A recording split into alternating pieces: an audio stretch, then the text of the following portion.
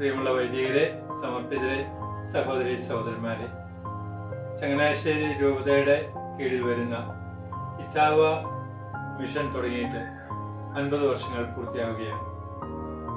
ഈ അവസരത്തിൽ ഈ മിഷനിൽ നേരത്തെ പ്രവർത്തിച്ചിട്ടുള്ളവരും ഇപ്പോൾ പ്രവർത്തിച്ചുകൊണ്ടിരിക്കുന്നവരും എല്ലാവർക്കും ഇതിന് നേതൃത്വവും പ്രചോദനമൊക്കെ നൽകുന്ന പിതാക്കന്മാർക്കൊക്കെ ജൂബിലിയുടെ ആശംസകൾ നേരുന്നു.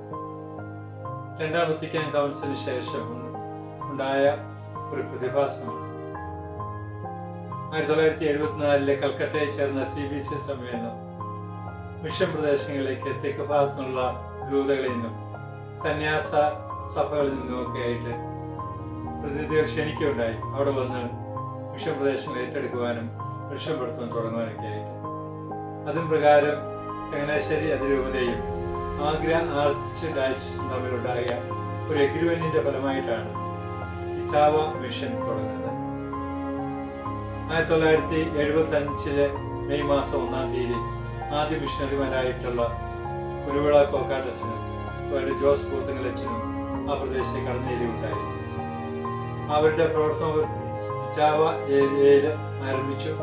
പടിപടിയായിട്ട് ആ മിഷൻ വളർന്നു.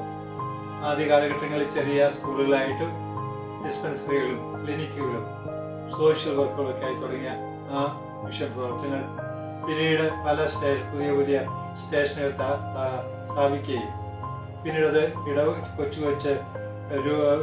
ഖുർആൻ അർപ്പിക്കുന്ന കേന്ദ്രങ്ങളും ഇടവുകളൊക്കെ ആയിട്ട് വളർന്നത് പ്രത്യേകിച്ച് ഓർക്കുകയാണ്. പടിപടിയായ ഒരു വളർച്ച നമുക്ക് ഇറ്റാവ മിഷനിൽ കാണാൻ സാധിക്കും.